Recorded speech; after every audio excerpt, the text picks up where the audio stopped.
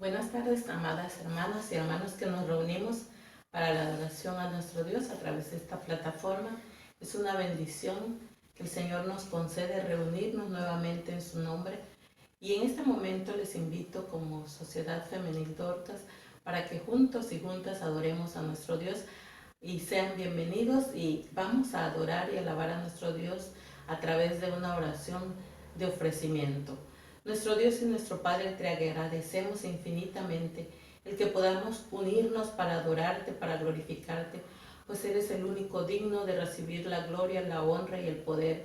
Gracias, Señor, porque eres nuestro Dios y porque enviaste a tu Hijo Jesucristo para rescatarnos. Y también, Señor, por tu Espíritu Santo, que es el que está en nuestros corazones. Y ahora, Señor, te decimos y te ofrecemos este orden de culto para tu gloria y para tu honra, y te decimos que te amamos, que eres nuestro Dios. Por eso a ti toda la gloria, la honra y la alabanza. A ti Padre, a ti Hijo y a ti Espíritu Santo. Te alabamos y te ofrecemos todo en el nombre de Cristo, nuestro Salvador y Maestro. Amén. Adoramos a nuestro Dios con el himno número 22, que habla precisamente de la Trinidad. A nuestro Padre Dios. Himno número 22.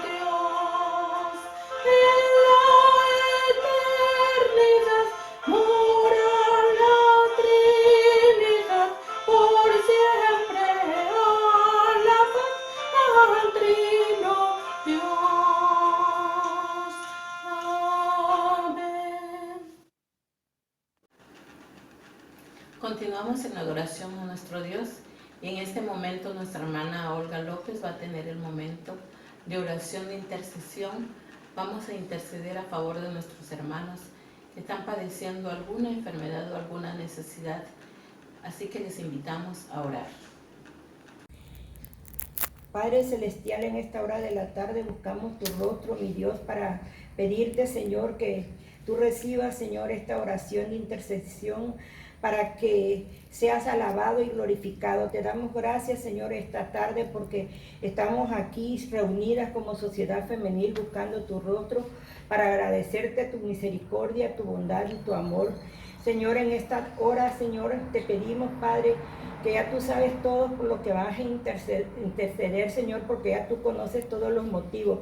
Pero, Señor, en esta hora te estamos poniendo nuestra sociedad femenil, Señor, por la directiva, Señor, Señor, por cada ministerio, Padre mío, por el pastor José Antonio Aguilar y su familia, por el pastor Edgar de la Rosa y su familia, por los ancianos, por los diáconos, por todo el personal de tu iglesia que te alaba y te glorifica, Señor.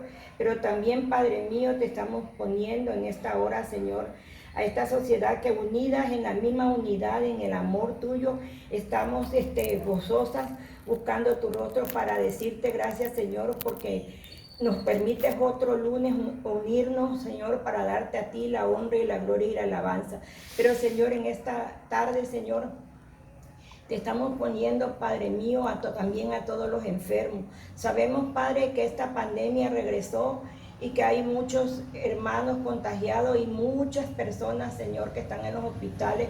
Te pedimos que tú seas un médico por excelencia, que tú seas con los médicos que lo están atendiendo y que pronto esta pandemia pueda otra vez desaparecer, Señor, y bajar esos contagios, Padre mío.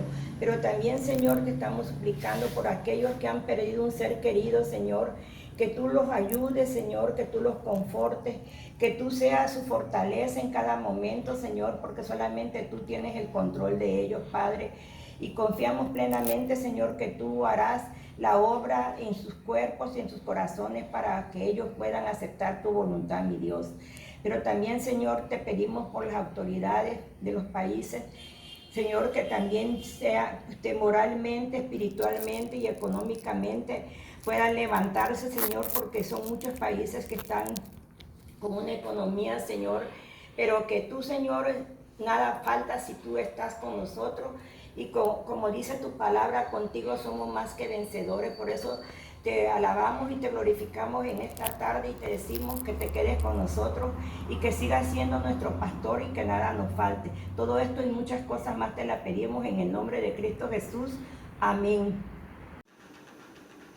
Les invito para que busquemos en nuestra Biblia, que es la palabra de Dios, en el libro de Filipenses, el capítulo 3, y vamos a leer los versículos 3 al 7. Filipenses capítulo 3, del 3 al 7, y la palabra de nuestro Dios dice: porque nosotros somos la circuncisión, los que en espíritu servimos a Dios y nos gloriamos en Cristo Jesús, no teniendo confianza en la carne. Aunque yo tengo también de qué confiar en la carne. Si alguno piensa que tiene de qué confiar en la carne, yo más. Circuncidado al 8º día del linaje de Israel, de la tribu de Benjamín, hebreo de hebreos, en cuanto a la ley, fariseo. En cuanto a celo, perseguidor de la iglesia. En cuanto a la justicia, que es en la ley, irreprensible. Pero cuántas cosas eran para mí ganancia, las he estimado como pérdida por amor de Cristo. El Señor bendiga su palabra, y ahora les invito para que podamos escuchar la voz de Dios a través del presbítero Jesús Antonio Aguilar. Buenas tardes, amadas hermanas. Vamos a adentrarnos al subtema que corresponde en esta tarde, y hoy corresponde abordar la introducción al libro de Hechos de los Apóstoles. Y quisiera mencionar por lo menos el versículo clave como parte introductoria de lo que será el contexto de este libro. Pero cuántas cosas eran para mi ganancia, las he estimado como pérdidas por amor de Cristo. Filipenses capítulo 3, versículo 7. Agradezco a Dios por la oportunidad y el privilegio que tengo de poder desarrollar este tema más informativo para aquellos quienes en su momento leemos, escuchamos, estudiamos y en su momento también preparamos temas. Esta información es tan importante para nosotros para conocer realmente ese trasfondo y ese contexto, esas generalidades que se encuentran a lo largo y ancho de este libro.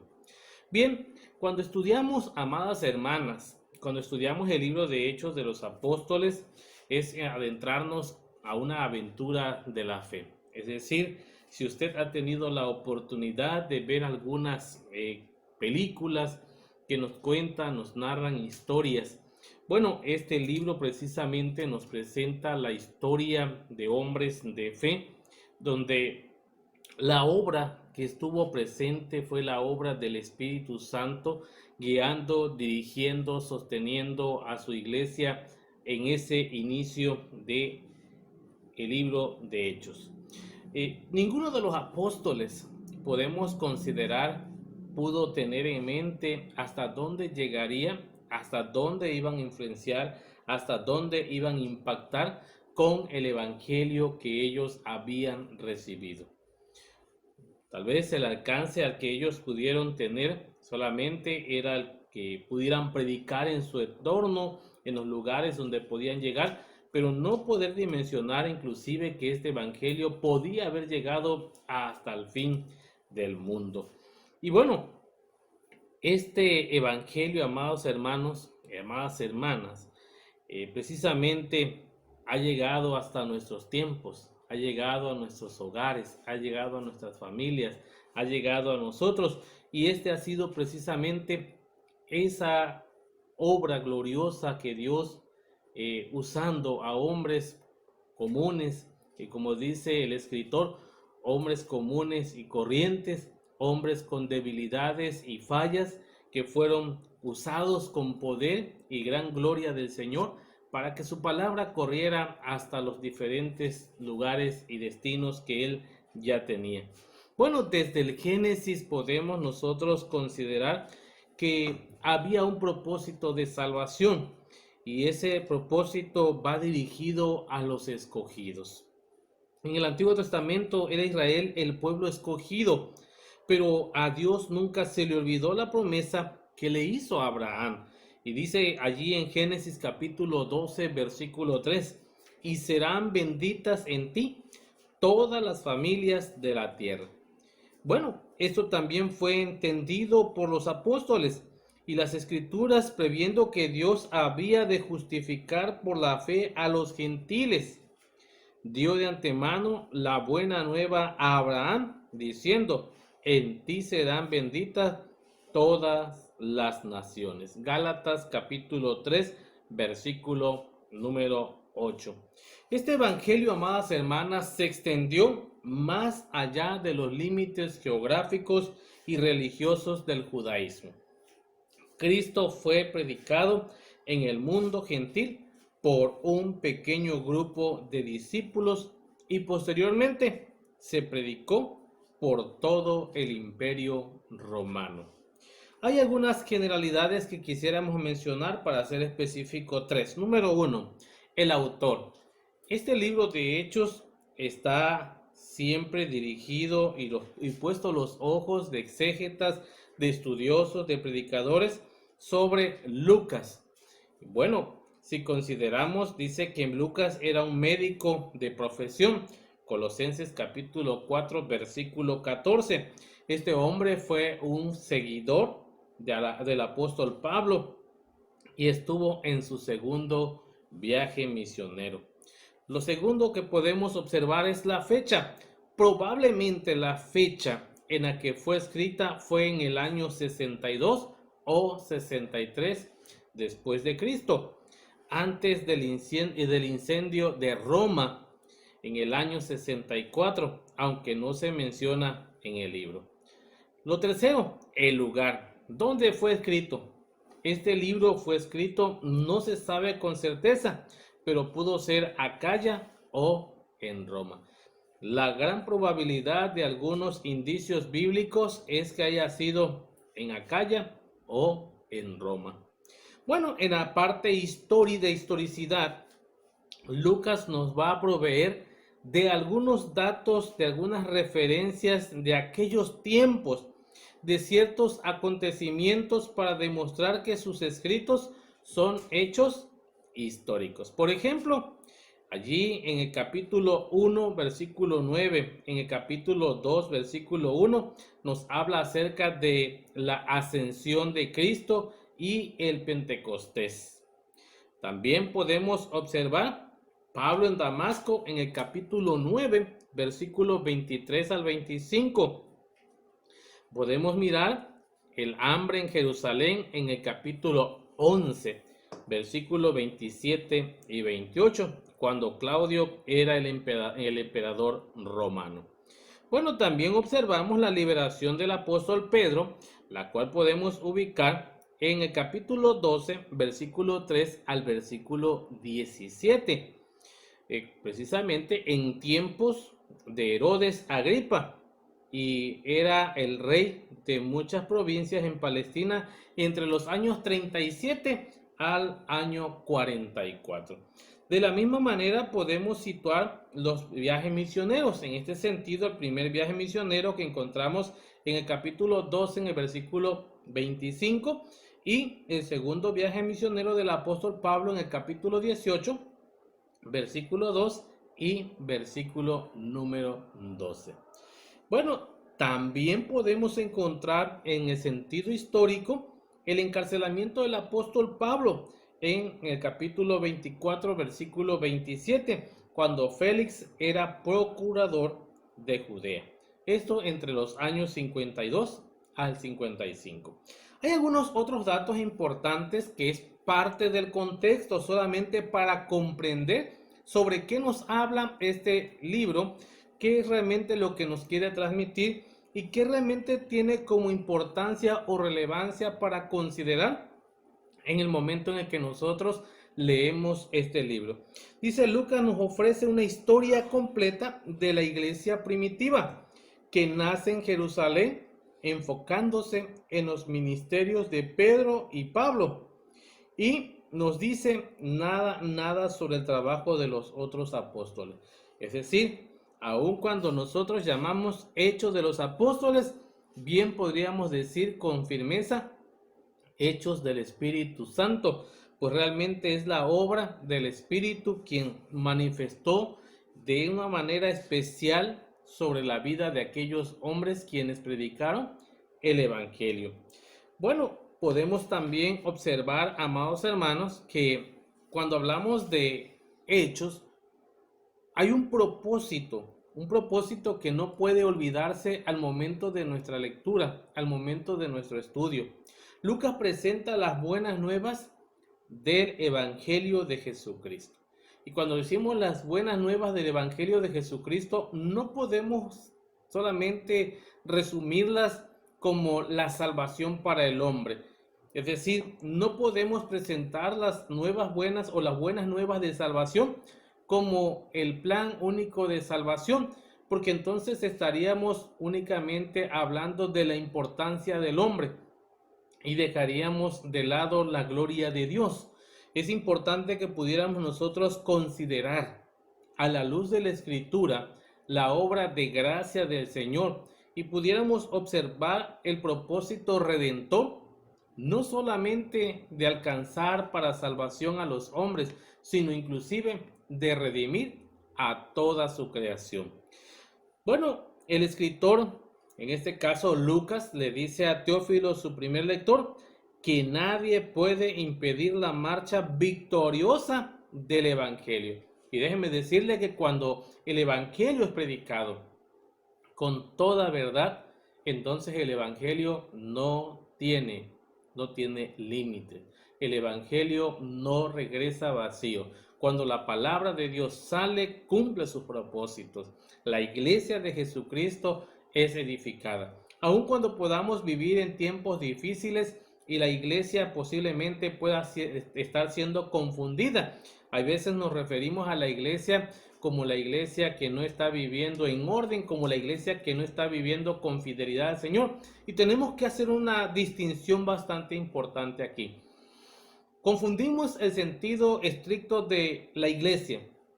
Y la iglesia de Jesucristo es aquella que es redimida, que es santa, que fue apartada para glorificar, para honrar a Dios, vive para su Señor. Y hay quienes asisten a un grupo que forma parte de la iglesia, pero que ellos de cierta manera pueden estar en medio de aquellos, pero no son la iglesia y no forman parte de la iglesia, porque la iglesia de Jesucristo es conocida por Jesucristo y testifica de Jesucristo y vive para Jesucristo. Por lo tanto, el Evangelio, dice, en aquel entonces tenía una victoria, y esa victoria es que los santos, los escogidos, son llamados y son santificados y viven para glorificar al Señor. Bien, demuestra el deseo de Dios de que esto suceda por medio del Espíritu Santo, que el Evangelio ha entrado al mundo y como el nombre de Jesús es proclamado en toda las naciones. Es muy evidente que en la continuación del primer tratado que tenemos en el Evangelio según San Lucas, si pudiéramos leer, bueno, el Evangelio y después el libro de los Hechos, nos daríamos cuenta de que fue el mismo escritor inspirado, hablando del Evangelio, presentando al centro de toda teología, Cristo. La esencia de toda doctrina, Cristo. El poder, Cristo. Amados hermanas y amados hermanos, realmente esta parte es muy corta, quizás en el sentido como lo hemos presentado, solamente es el contexto general del libro de los Hechos de los Apóstoles. Bien, el libro de los Hechos de los Apóstoles no solo es un libro histórico, es un libro lleno de la doctrina de la salvación, y esa salvación en Cristo Jesús, que nos llevará a ver cómo personas comunes y corrientes fueron usadas por el Señor para dar a conocer el Evangelio, primero a los judíos y después al mundo gentil. El urgente llamado al arrepentimiento sigue siendo vigente hoy en día. El mundo tiene necesidad de conocer que hay una esperanza en Cristo Jesús, y los creyentes, al igual que los discípulos y apóstoles, somos llamados a hablar de estas buenas nuevas. Un llamado urgente al arrepentimiento. Cuando conocemos el verdadero evangelio, no podemos degradar el evangelio a un simple llamado y a una simple oración de confesión, y amarrar o determinar que eso ya es el resultado de una salvación. No. La Biblia dice claramente que aquellos que han escuchado el evangelio son dirigidos, son quebrantados para arrepentimiento, y de tal manera que ese arrepentimiento causa dolor, y ese dolor conduce a vivir cada día anhelosos de glorificar a Dios. Mis amadas hermanas, que el anhelo de conocer qué dice Hechos sea específicamente conocer a nuestro Señor, de tal manera que al ser perfeccionados en su gracia, nuestros labios puedan proclamar ese evangelio mejor conocido, llevar al mundo la necesidad, la urgencia de un arrepentimiento, y no tan solo de una oración simple en la cual muchas veces le decimos: usted es salvo por haber hecho esta oración. Es más todavía el evangelio. El evangelio demanda un arrepentimiento verdadero. Dios nos bendiga. En respuesta a la palabra de Dios vamos a entonar el himno 169, a su nombre gloria, himno 169.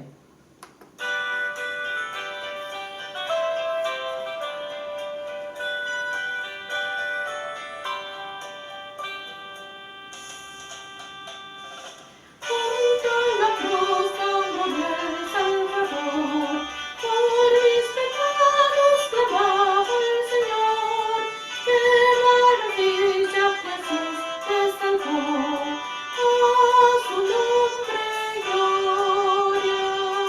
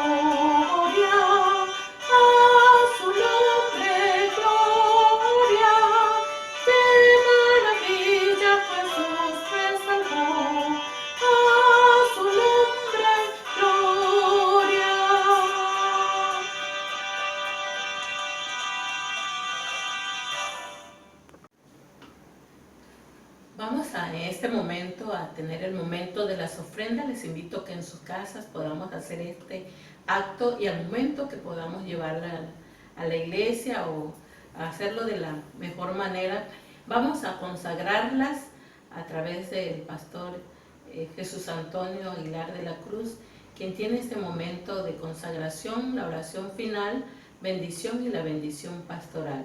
El Señor nos bendiga. Oramos. Padre, gracias porque nos permites mirar tan cortamente y prontamente el contexto de este libro, en el cual, Señor, se presenta tu evangelio, en el cual, Señor, se presenta nuestra salvación, nuestra esperanza.